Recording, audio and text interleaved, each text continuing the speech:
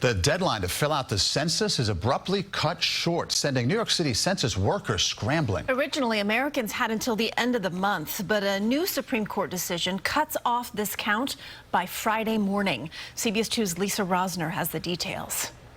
New York City Census workers are ramping up visits to hospitals, houses of worship, and neighborhoods across the city to get residents counted.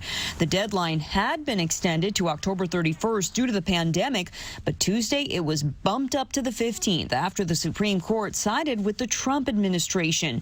It argued fieldwork needs to stop so the legal deadline of reporting the results to the president by December 31st can be met. Now, residents have until Friday at 6 a.m. New York time to self-report online at my2020census.gov.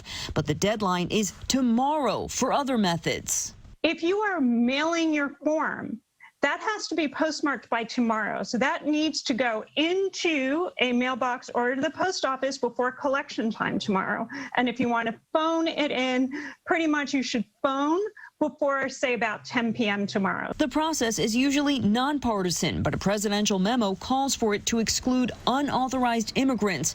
Organizers in New York City are reminding residents the count is confidential.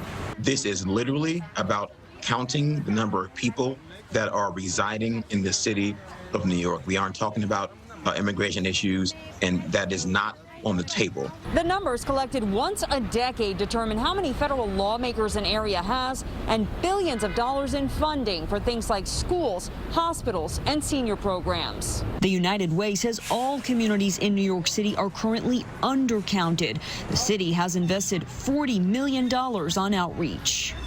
Once we were able to go back out in the field, we saw the Asian self-response rates go from below the citywide average to above the citywide average. So far, 61.5% of New Yorkers have been counted, which is ahead of predictions.